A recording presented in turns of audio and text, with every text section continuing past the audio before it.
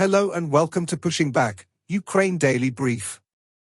As the war enters its 1061st day, these are the main developments from the past 24 hours. The update from the General Staff of the Armed Forces of Ukraine. Russia has lost approximately 818,740 troops in Ukraine since the beginning of the war. The number includes 1,580 casualties over the past day.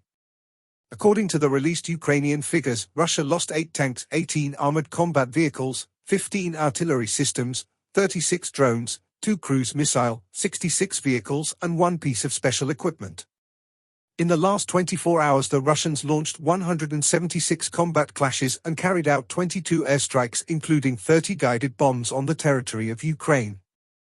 They also used 817 kamikaze drones and carried out around 4,300 attacks on the positions of Ukrainian troops and settlements using various types of weapons. In its latest intelligence update, the UK's Ministry of Defence reports Russian forces have intensified their offensive in central Donetsk Oblast, focusing their efforts on the town of Velika Novosilka.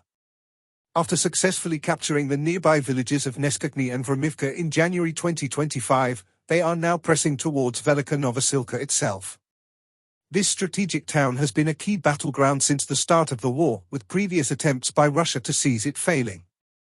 The current offensive follows Russia's recent gains in the region, including the capture of Vuhledar in October 2024 and Kurakov earlier in January 2025. In its latest intelligence update, the Institute for the Study of War. Ukrainian forces struck 2 Russian oil depots in Kaluga and Tula oblasts on the night of January 17 to 18. Ukrainian forces also struck a Russian air defense system and radars in occupied Ukraine on the night of January 17 to 18. The Russian Central Grouping of Forces appears to have assembled a strike group comprised of units of the 2nd and 41st Combined Arms Armies south of Pokrovsk, likely as part of ongoing Russian efforts to intensify offensive operations south and southwest of the town.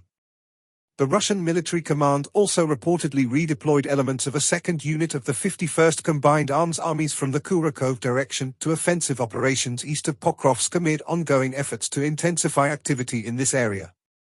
NATO officials are reportedly preparing for a joint NATO-Georgia exercise scheduled for March 2025. Russian forces recently advanced in Kursk Oblast and in the Chasiv Yar and Velika Novosilka directions. Ukrainian forces recently recaptured lost positions in the Kharkiv direction. In President Zelensky's daily address, he spoke about 3 key areas. Firstly, sanctions target Russian supporters and propagandists. President Zelensky has enacted new sanctions targeting Russian propagandists, collaborators, and individuals aiding the war effort.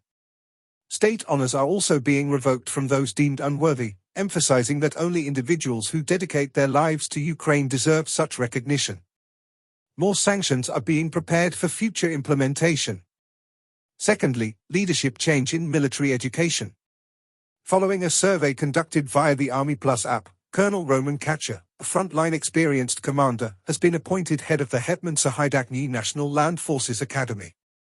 President Zelensky instructed Kacher to audit and revamp the academy to ensure high-quality, war-experience training for future officers.